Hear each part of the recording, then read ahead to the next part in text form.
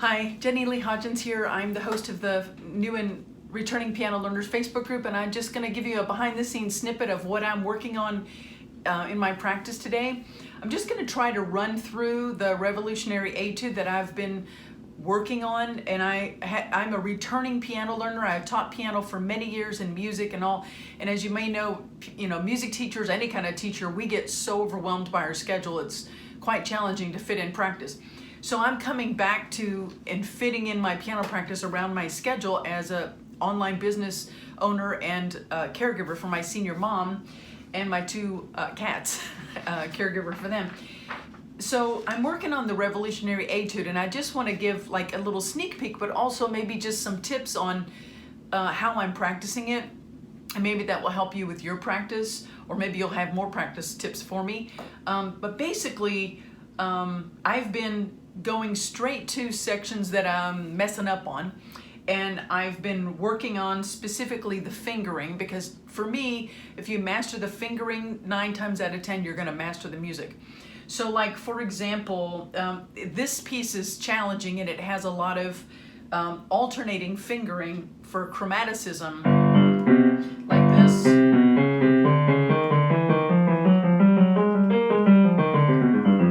This comes back multiple times in the piece, and I'm trying to remember when to use my 4th finger. And so here, and then it alternates there, and it alternates, and it alternates. So I'm trying to remember the fingering in that section, and it comes again at the end somewhere in there. Trying to remember where. At the very end, it alternates. I missed it. I'm trying again. Sorry.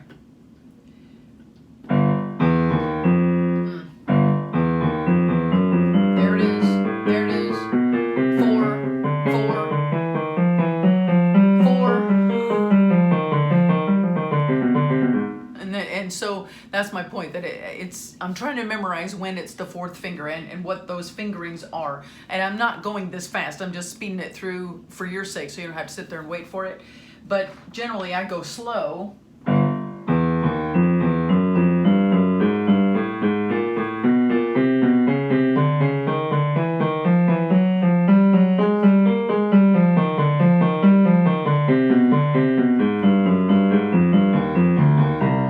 About that tempo and I repeat it so I can get used to it.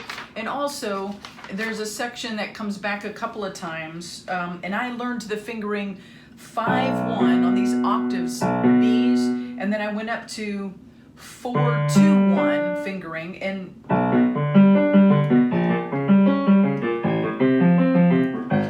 I learned it 5-1, 4-2-1, and I just watched someone's tutorial, and I thought, since sometimes I'm not doing that well, I'm sometimes missing the 4th finger.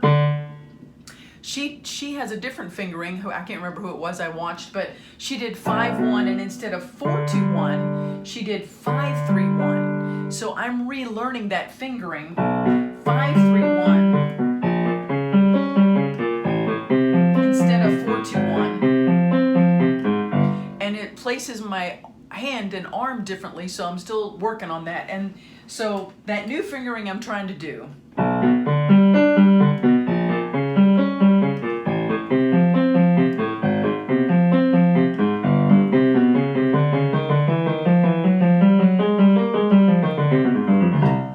Excuse me, and then that 4th finger chromatic thing that I'm trying to remember. And it's a whole nother thing when you put both hands together. So I'm trying to go slow with the new fingering. So for example, and it's weird because my right hand does 1-2-5, but my left hand's doing 5-3-1 instead of 5-2-1, 5-3-1 in the left hand and 1-2-5 in the right hand. So it's for me, it's like I'm trying to relearn it and see. I'm exploring that, I've really struggled with the fingering on this, coming back to it as a returning learner. So I'm trying out the other kind of fingering to see if I can master it better. So that's just a tip, like if you're struggling with some things and you're having a hard time with the fingering, maybe rework the fingering. Think of some other ways that you could do that, where that your hand could maybe get better accustomed to that position. So I'm trying this section.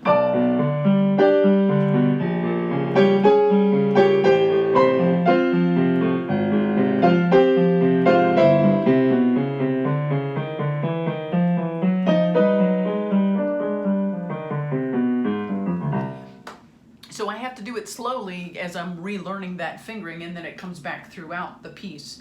So I'm just gonna play it through once, mistakes and all, and just see if I can remember it and try my best to incorporate those fingerings. I've also been, at the end of the piece, I'm trying to remember, yeah, at the end of the piece it shifts keys all over the place, and there's a lot of black key topography.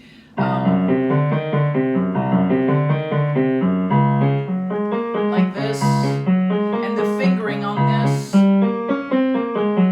I did it wrong, sorry. Another changed key.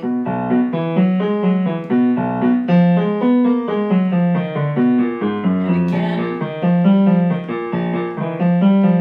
And that same new fingering with the 5-3-1, and then the ending. So it's a lot. I'm trying to just get through it. And so I'm a returning piano learner, and I'm just gonna show you a sneak peek into my practice, and maybe you'll have some tips for me. If you're watching this, give me some ideas. I'm gonna slow it down, try to go slow and get through as much as I can, and just see how much of that I can incorporate.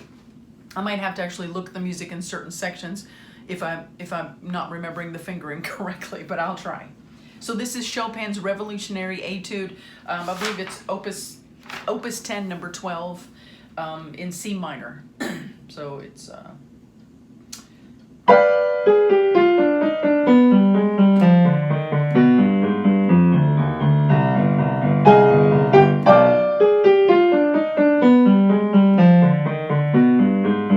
down.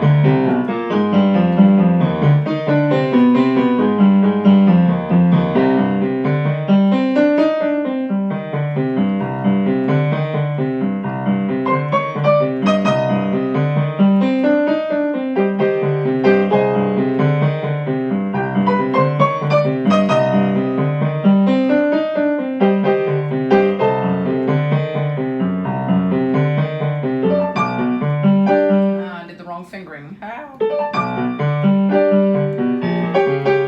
Sorry. That's that new fingering, and I forgot. Come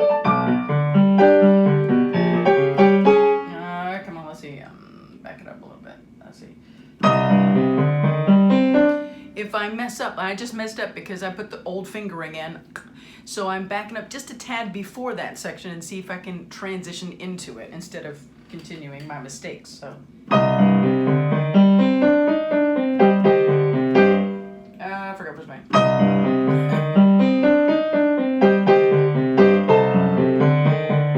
There's my new fingering.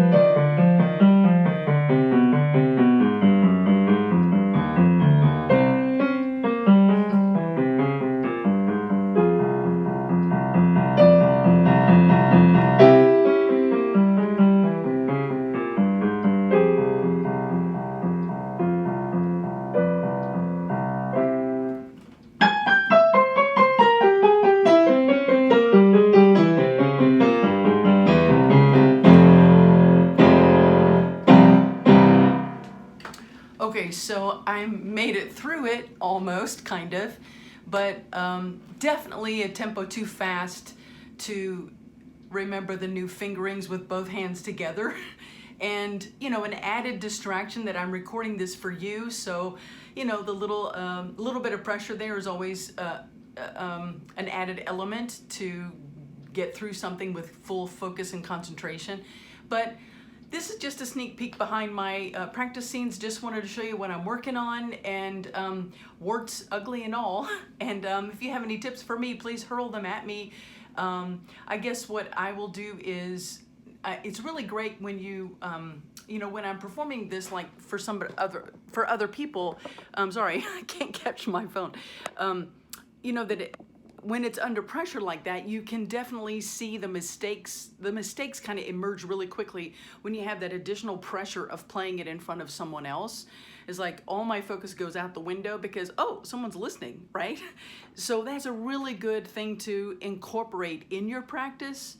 You know, playing for someone else, even when it's not ready for performance, it's just good because it's an added distraction to the focus of your musical practice. And I don't recommend it all the time, but it's good to incorporate that as a regular part of your practice, just an extra distraction.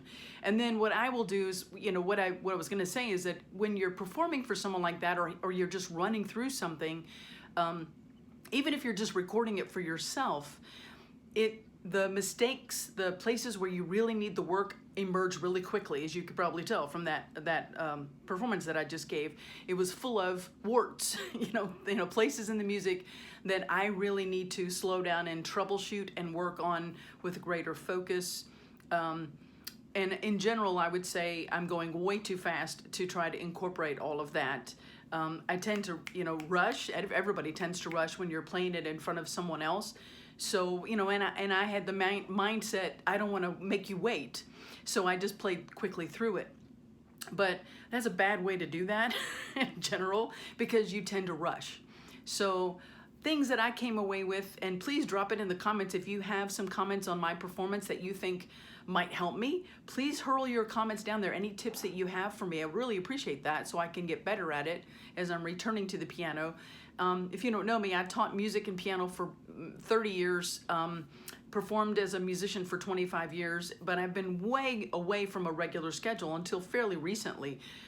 So coming back to these more challenging classical pieces, as well as some of my own originals and just fun stuff, I'm incorporating that again in a daily routine. So let me know what you think. If you've got any performance comments for me, any tips on how to improve. And if you're new to the piano or returning, I hope your takeaways were incorporate performance in your practice, slow it down. If you're trying to master a piece, master that fingering as early on as you can.